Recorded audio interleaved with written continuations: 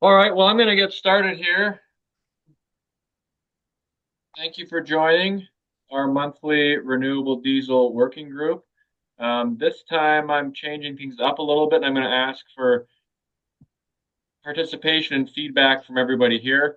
I'm going to share a few things I've learned, but I'm going to ask for everybody's help in solving some of these problems I think we have with the adoption of renewable diesel. So um, I'll just leave that poll going here for a minute and it's not distracting for everybody. So my name is Jesse Terry, and I'm with Yellowstone-Teton Clean Cities. We are a partnership with the Department of Energy, now under the Office of Energy Efficiency and Renewable Energy, and we're in a minerals. I thought that's what it said, but we're part of a different group. It used to be Vehicle Technologies Office. Now we're something slightly different but similar. Our mission across the country is to promote alternative fuels for transportation. So that includes uh, renewable diesel, propane, CNG, EVs, hydrogen, all these alternative fuels. I just want to draw attention to our website if you want to learn more about any of these fuels, including renewable diesel, ytcleancities.org. We have some cool resources there, links to videos, and that kind of thing. So the Clean Cities and Communities program nationally has about 80 different coalitions. Yellowstone-Teton Clean Cities covers Wyoming, Montana, and eastern Idaho. Uh, Represented here are the counties that we officially said that we actively work in. I'm in Bozeman, and we try to support the whole state of Montana and Wyoming. But late last year, we were acknowledged as an apprentice coalition, and that's why we show up in gray on this map. And we hope to become fully recognized coalition, and then we'll be in blue. And we will likely remain under Yellowstone Teton Clean Cities as our umbrella organization, but we will have a name dedicated to Montana and focus a little bit more on Montana, but we already do focus quite a bit. Um, Most of these working groups, not all of them, but most I think are many for sure. I think most are on YouTube, and this one should be as well. And you can scan this QR code with your phone if you want, but you can just look for Yellowstone Teton Clean Cities on YouTube. And I don't know, there are about 20 of these, and I tried to title them as a topic, but not all are properly titled. But there's an array of topics covered that you can go back and look at. So our first working group this year in January, we invited Vermont and Maine Clean Cities to talk about some pilot programs they they've been part of or are aware of. And this is just a screen capture from that. And you can see the green dots are where some of these pilot projects had occurred. And what was interesting there was, for example, Massport, Logan International Airport has incorporated renewable diesel in all of its snow removal equipment. Um, so that's what they use in everything. Um, Similarly, the New York City has deployed renewable diesel, and I think they do about 1 million gallons a month, whereas Logan International does about a million, a little more than a million in a year. But there were numerous of these pilot programs that they had talked about in that talk, and there's a recording of that you can go see.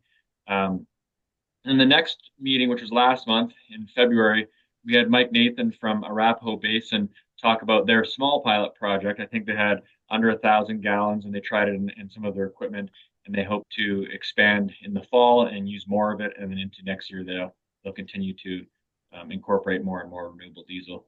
And we had a little bit of an update from Amy Fonte at Big Sky as part of Boyne Resorts.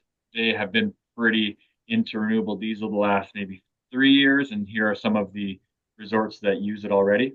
Um, like the Summit at Snoqualmie, for example, I think has used 100% the last 2 years. Big Sky uses, I don't know, R20 to R30. Jackson Hole, we have Steve on the call. They've been using it for years. So a lot of experience, and we discussed some of that last month. Um, and I thought I'd just touch on this quickly that like in Europe, these ski resorts, and this is a presentation from Prenoth, one of the manufacturers of snow groomers. There are 5 or 6 ski resorts in Sweden and Norway that started using renewable middle of 2010s, and slowly increase its adoption, and it's pretty common there. And this summarizes some of the benefit, one of the benefits, which is reduction of carbon emissions. And on the far left, you can see in 2016, 2017, the dark red or maybe purplish color is the amount of CO2 that is emitted from their fleet. Gray is the volume of diesel burned, and then red is renewable diesel, also known as hydrotreated vegetable oil. You can see each year incrementally they're increasing the fraction of renewable diesel and decreasing volume of petroleum diesel. And concurrently, you see the reduction of CO2 to the point where a couple of years ago they had almost no petrodiesel and the lowest CO2 emissions they've have had.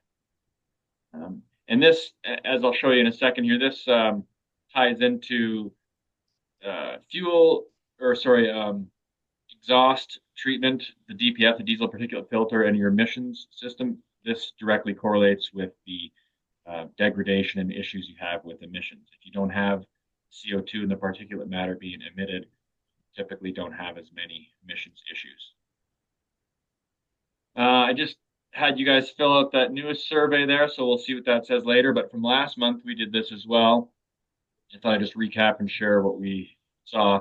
Most of the people who attended last month had been to a couple or more than five of these working groups.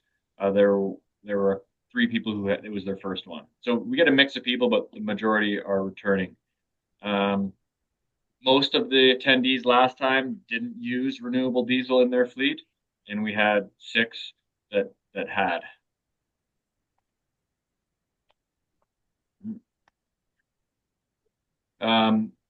We had people from 10 different states attend last month, and it wasn't there weren't a ton of attendees last time. We've had, I think our highest was maybe 60 people that attended, but even last week with 20 people, we had 10 different states attending.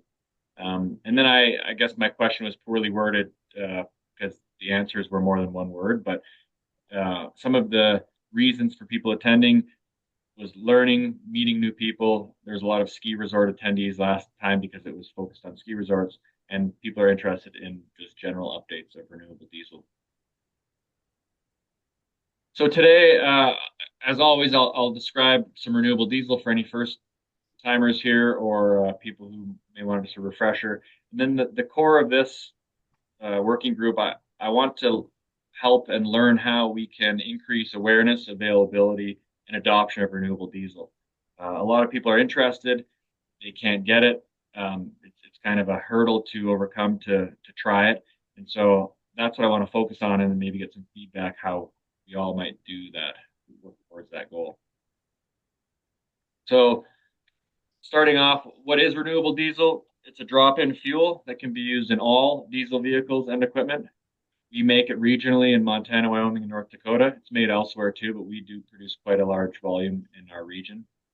It requires no changes to engines, fueling systems, or fuel handling equipment. It meets all the same ASTM standards as petroleum diesel.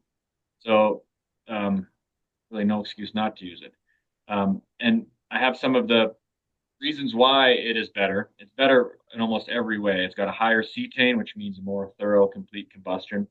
It has reduced particulate matter, which can save your DPF and your emission systems. And for the operators of the equipment, it's not as toxic and polluting for them to breathe.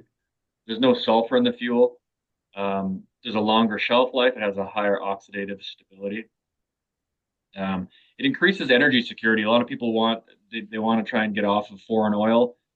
This is one way to do it. In Montana, I think 85, 90% of our crude oil that go to our refineries comes from a foreign country, Canada.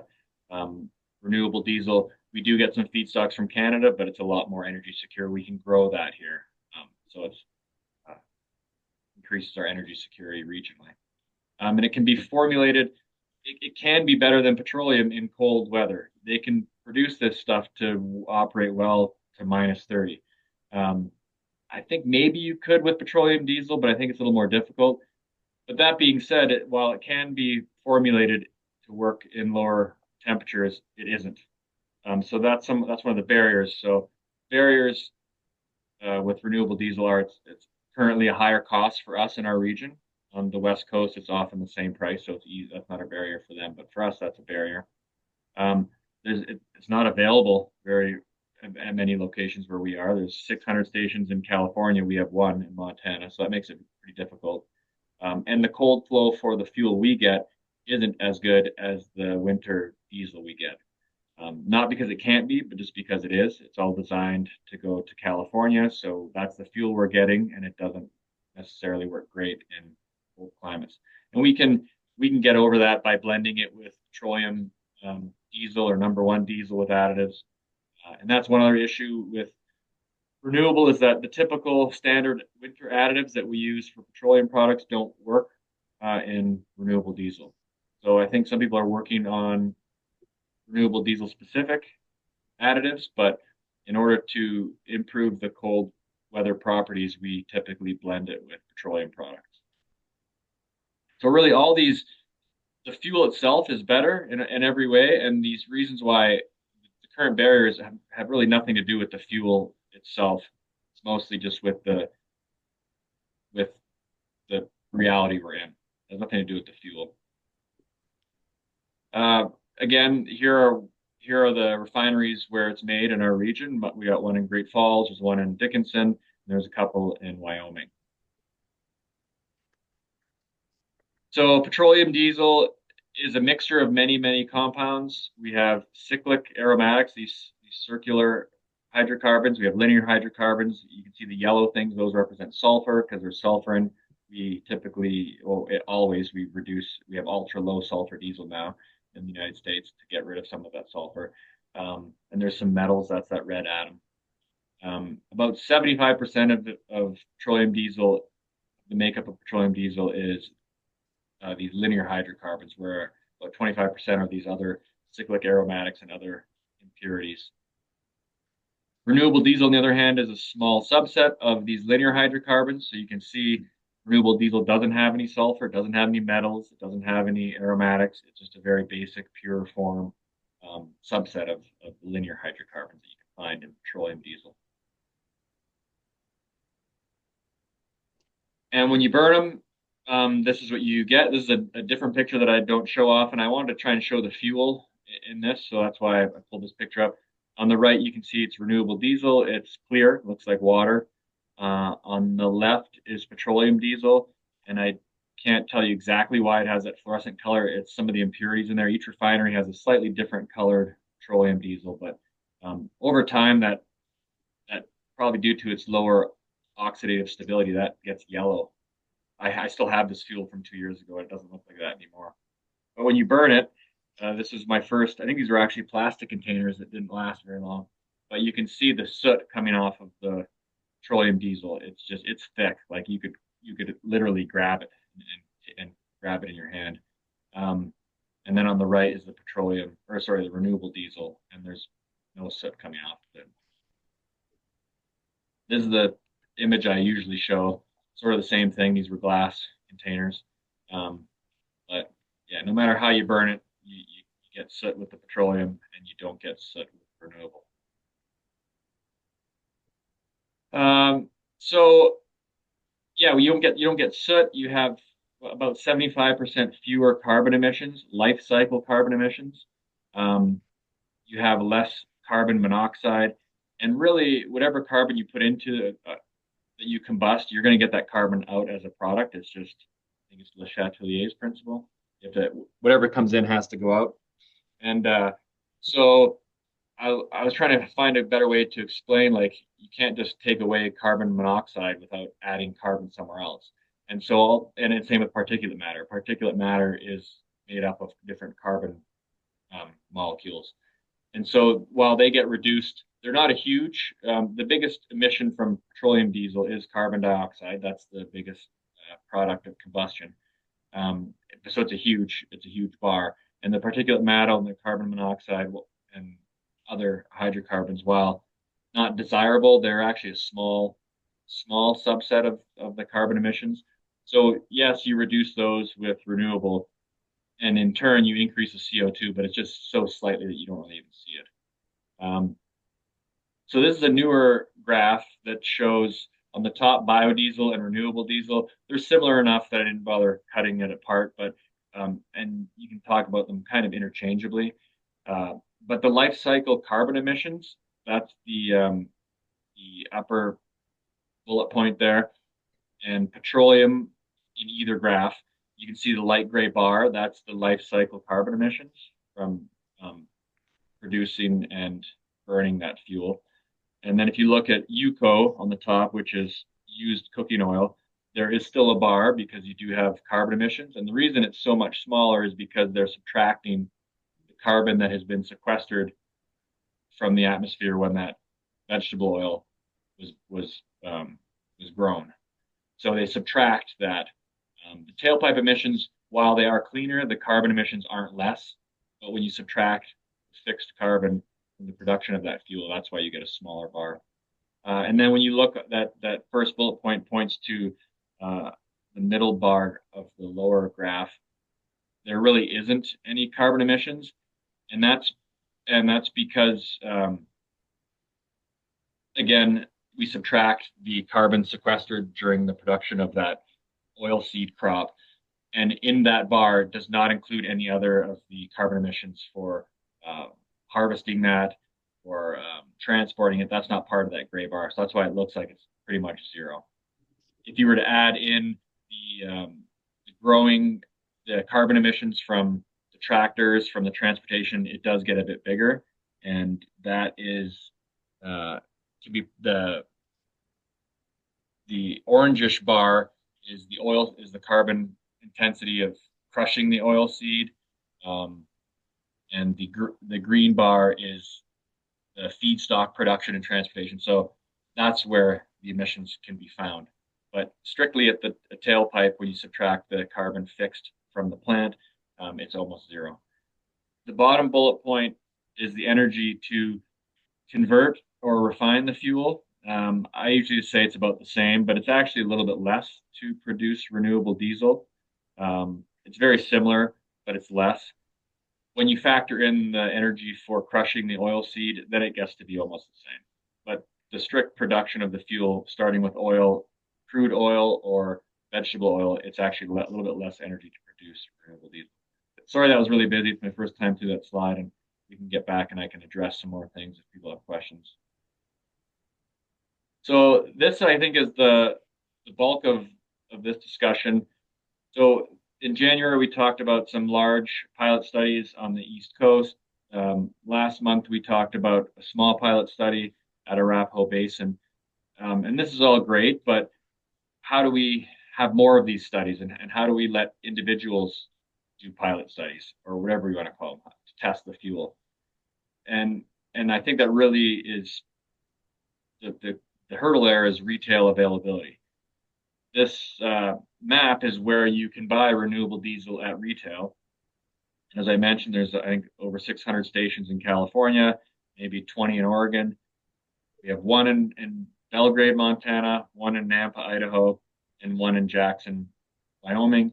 That was through our work with Parkland, which is now owned by SUNOCO. They own each of those stations, and they have helped us make that publicly available. And then there are a couple stations in the last year and a half, 2 years that popped up, one in New Jersey, I think, and one in New York. And so maybe there are more, but from the national database that we can look at, this is the only place you can buy it at retail. So I think that's a hurdle we need to consider. So again, availability is an issue. So we need to urge fuel retailers to carry renewable diesel. Story Distributing is here locally, which was owned by Parkland, which is now owned by Sunoco. Maybe we need to work with them. They probably have other stations that they own and operate. We can work on that. Rocky Mountain Supply is a fuel distributor here in our region that has considered it, has been asked by its customers to carry it, and just hasn't found the desire to offer it. Town Pump, 2 years ago here in Bozeman, started in this brand new station, offered renewable diesel. They dedicated a tank to it. They got the fuel in the summer, and opening was delayed till fall. We had a cold fall. I had a friend get a hold of me and saying, hey, the renewable diesel I got there looks like it's gelled. So I let Town Pump know, and their solution was to just not carry it anymore. So it's gone, and we haven't had that for a couple of years. So in my invitation to this meeting, and actually in the next slide, I have a QR code that I'd like everyone to scan if you would, and just sign the petition letter urging Town Pump to bring it back. That would be awesome. They're a trusted fuel supplier in Montana, and they have, I don't know, maybe 100 gas stations across the state. And if it does well here in Bozeman, maybe it'll do well on the High Line and make it more available to farmers. Another thing that I think we need to work on is awareness. Any large fleets would be great if they posted more about it. We don't have a ton in Montana. We have Big Sky. They have posted about it, but that's something I think we could maybe work on trying to encourage. Again, more retail locations means more visibility. If people see it, they might ask more about it. They might be more willing to try it. I'm going to continue doing more outreach. I'm open to any ideas. People have suggestions on how to better reach other people and let them know about renewable diesel. I'm all ears. I've been talking about billboards for years. It might be a bad idea, but I think in rural Montana along the interstate, when people are driving, they see a billboard, and if it piques their interest and they say, "What's that?" Maybe that's helpful. Unfortunately, a lot of grants won't pay for that kind of thing. So if anybody has any ideas how you could maybe fund something like that, or if they have any ideas, I'm happy to hear that. Sustainability boards in communities, counties, and cities. We have a meeting tonight in Bozeman. They meet monthly at 6 p.m. In my invitation this morning, I had a spot, a QR code and a spot for you to click if you wanted to urge the city of Bozeman to deploy renewable diesel. That would be helpful. It's too late for today's meeting, but you can still scan the code in the invitation, and you can do it for next meeting. I think it'll sit there for them, and I think if they hear from the community that we want to see them burn it, they might take it more seriously. And then pricing, of course, is a hurdle. People aren't necessarily willing to pay $1 premium extra for their fuel just because it's a better fuel. The bottom line matters, and so ways to maybe improve pricing would be volume. So if we can continue to look for anchor fleets, maybe the city of Bozeman, maybe it's the state of Montana, maybe it's the state of Wyoming. If we can find some anchor fleets that bring in the demand a large volume, that should bring down the price and make it cheaper for everybody. The more places that carry the fuel, more retail locations, again, is more demand and should bring down pricing. Something I've considered lately has been state incentives in Montana. How can we legislate some kind of encouragement to help fleets use a Montana-made fuel in Montana? And likewise, this could be any state. Wyoming, Wyoming could legislate that Wyoming fuel has some kind of, maybe not subsidy, but tax credit or some kind of persuasion at the state level or even the county level. Different fleets have carbon reduction goals. That's another way that might allow them to overcome this price barrier. They may be willing to pay a little bit more because it meets some of their carbon reduction goals. So again, that first thing I mentioned, here's a petition letter I wrote up for Town Pump. I did this a couple of years ago, but I only got a few signatures and didn't end up sending it.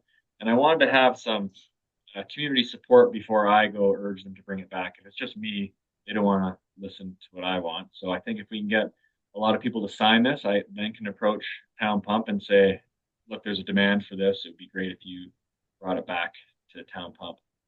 So if you want, you can scan this with your phone, and it's pretty easy. You can just sign your name, but it'd be helpful if you added a comment in there why you want it, maybe what kind of fleet you have, or something more than just your name. This is the pump in Nampa, Idaho. Conrad Bischoff. They labeled it nicely. You can see what it is. And I assume it's still working. They've been there for maybe 2.5 years, and people come specifically for that fuel. Better for your equipment.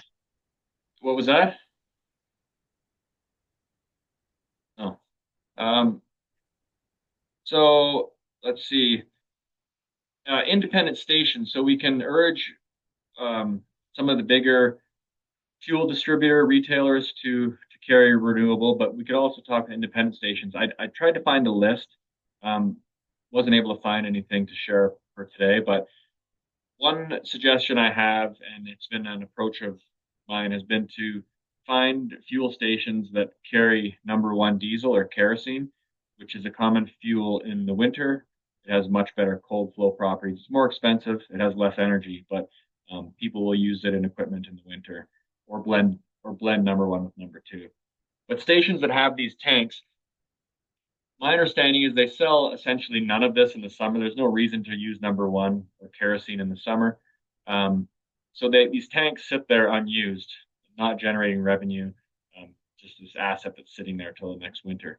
So one approach I've had is to find the stations that have this and say, if your number one tank is empty or almost empty, let's put renewable diesel in there for the summer.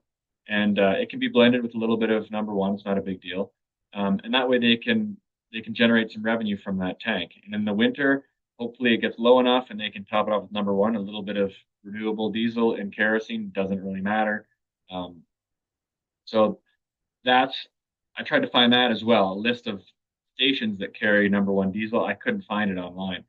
You can check individual stations, but that would take me quite a while. So if anybody has an idea how to find a list of stations that carry number one or kerosene, that would be helpful, and we can start targeting those. Um, and any station in general, if you have a station you're thinking of in your region or area that you might think could use some persuasion, I'd love to hear it.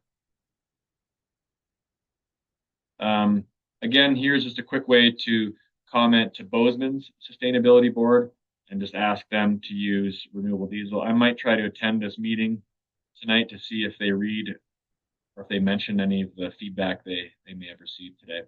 Like I said, if you do this now, it probably won't get there for tonight, but maybe it'll be there for next month. But that's one way. And it'd be nice. I should probably get one of these for each sustainability meeting in the state and in Wyoming, and we can urge all of them. Last thing I want to talk about was legislation. This I knew of some of these because I used to run a biodiesel company here about 8, 10 years ago. So I was aware of a couple of these because we did use one of them. But I came across we had we have 10 alternative fuel bills or joint resolutions, all of which have expired. But it was just interesting to look back and see some of the goals that our legislators had in the past. This first one was a biodiesel blending credit. You can get a credit for your equipment, refueling equipment, up to 15% of the cost if you blended a petroleum product with a biodiesel product. Um, we can't really get biodiesel right now in Montana, but this could easily be duplicated and used for renewable diesel. If a farmer has equipment that he puts renewable diesel in, and it could be in Montana, it could be Montana made renewable, maybe they get some tax credit for a percentage of that equipment. It existed before. I don't see why we couldn't do it again. That second one I have posted, the state of Montana encourages the use of alternative fuels and fuel blends to extend that doing so produces environmental and economic benefits to the citizens of Montana. Using Montana-made renewable diesel benefits Montanans. It's pretty simple. And so that was something that existed, but has since expired or been repealed. And at the end of that, it said the state also encourages alternative fuels and fuel blend productions. So we did that at a state level. Two more that are kind of relevant. Apparently, we had a 25 by 25 initiative, a House joint resolution that said 25% of the total energy consumed by the year 2025 would be produced by agricultural industry.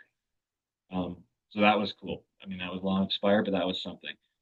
We also had a hydrogen plan, apparently, that I just found out. That was a joint resolution, so it's no law, but it said by 2020, 50% of all the vehicles and equipment in Montana and 100% of the state-run vehicles will be powered by alternative fuels. I don't think we're anywhere even near that, but that was their goal. All the bus systems will use hydrogen. Distribution of fuels and synthetic fuels and hydrogen will be provided for the trucking industry. School bus retrofits for hydrogen. Like these were ideas we had in 2003. It's doable now, but this was repealed or it went away. So I say all this to show that we've considered this years ago, decades ago. We've considered these things, and we maybe have to consider them again. And so I'm actually trying to see if I can speak at the Transportation Interim Committee in Montana and just let them know about renewable diesel. Maybe it'll pique their interest and they'll consider something like this again. But any help or suggestions there are encouraged. Uh, Almost at the end here, but a couple weeks ago, we put a proposal in for for funding to support it was agricultural renewable diesel outreach in Montana and Wyoming, and that focused on educating and informing distributors with physical material to give to um, people that buy their fuel. I think having that connection from your fuel distributor to the end user and having the distributor be educated can help everybody. Uh, in that proposal, we talked about direct outreach to farmers and ranchers in different ways, in person, um, through retailers, through fuel distributors, and other ways. And in that grant, we had that we would also attend two large agricultural conferences, one in Montana and one in Wyoming, and we'll present on it. There are some other things in there too, but it's something I think is the next big barrier we need to knock down and educate the agriculture industry. They're huge. They produce a ton of fuel. This renewable diesel supports the agricultural industry. So that's something we're trying to do. Hopefully we get some funding for that. All right. Well, that's the end of it. And so I'm happy to talk about any ideas, hear suggestions, and general discussion. And I can go back to any slides if anybody's interested in me elaborating. So, are there any questions?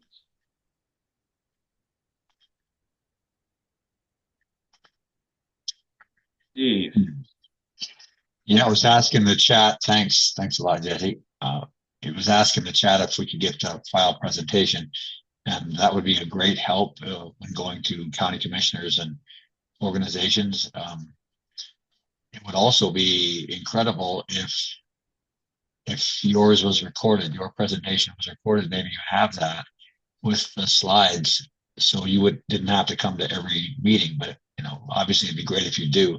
So if we can get that, that's one thing. And kind of a personal regional question: was George Bailey able to talk with the county commissioners when he was over here I'm on this not sure if project? he did. He told me he was unable to demonstrate with the little kerosene lanterns I had, but he said he handed out the 15 flyers or pages I sent with him specifically for um, ranchers and farmers. So they went to somebody. I don't know who they went to, but he didn't mention. I did meet with him when he came back through, and he didn't mention that he spoke to any commissioners. Okay, thanks. Got another question there, Raman. Hi, hi Jess. Thanks for the nice presentation. It's very informative. And yeah, I also signed the petition. I am from New York State, DC. And my question, I actually want to discuss with you about the NOx emission. My understanding is the bio origin, like the biodiesel, still has the NOx emission, like higher NOx emission, but the renewable is manageable. Am I right? Like renewable diesel, my understanding is like renewable diesel does not have like a much of like NOx emission. Is that right? I so renewable biodiesel does not reduce NOx emissions compared to petroleum diesel.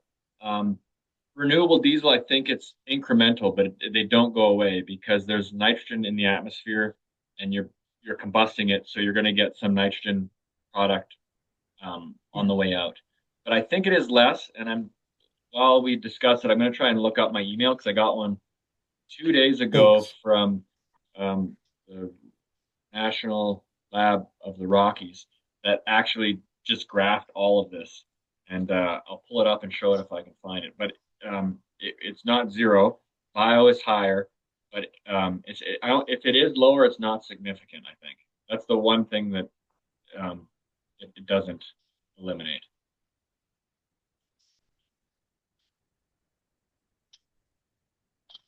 Can't see everybody to see if there's any questions. Other hands raised. Yeah, I don't see any hands raised, but um, in the chat there, Steve mentioned pilot programs at airports. Yeah, so that's underway. I think uh, Jackson Hole or Jackson's Airport has been finally set up renewable diesel, and the county, Teton County, there is also going to be using some renewable diesel. So they are essentially pilot programs. Um, Jesse, I'm a pilot. I was making a joke. Pilot oh, programs at airports. ah, well, Ah, it's not only it's no joke. That's serious stuff. It's happening. yeah. Um, Thomas, you have a question? Hand raised. Yeah, unrelated to the pilot joke. Um, I guess you mentioned something about additives for renewable diesel. Do you know any companies that are actually currently working on that? Well, let's see if he's on the call. Neste has been. I remember last year talking with um, somebody there. They were doing something. Yeah, Matt's not on the call, but I think some are under development, but just nothing. I mean, I haven't looked deep into it in the last 6 months, so maybe something has come up. Um, I asked Chat GPT some things, and it said that they work fine, and it's wrong. And I asked, so it was right about a lot, but it was wrong there. But maybe there's something in it. So I was looking through the references, but I didn't find anything that actually. Yeah, I'm sure it's going to be a matter of time, but that'll really change the game for us if we can lower that cold filter plug point to 30 or lower, negative 30 or lower. Yeah, I've had this on a few of the talks previously, but the specs I've seen from Montana Renewables here in Great Falls has really, really good cold flow properties, like -10 or colder for the renewable only. So with a little bit of number one or number two with added, you're getting that really low. Whereas I think some of Marathon's fuel out of North Dakota, some of it is 27 Fahrenheit is the gel point. So it exists at really low temperatures already without having to convince anybody, and they can make it lower. But if they're already doing it, you just need to source the Montana made stuff would be helpful for winter Gotcha. users. Thank you. Uh, Okay, here. Yeah, and so I will record this, or it is being recorded. I'll put it on YouTube, and it should be there probably by tomorrow. I found that presentation or that email from a couple of days ago for the NOx emissions. I can share it here.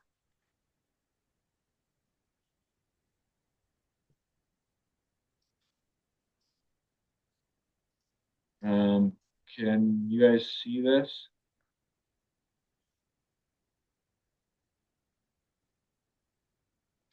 So up top, you can see the different colors, but you have CO, particulate matter, and you have the different fuels on the bottom.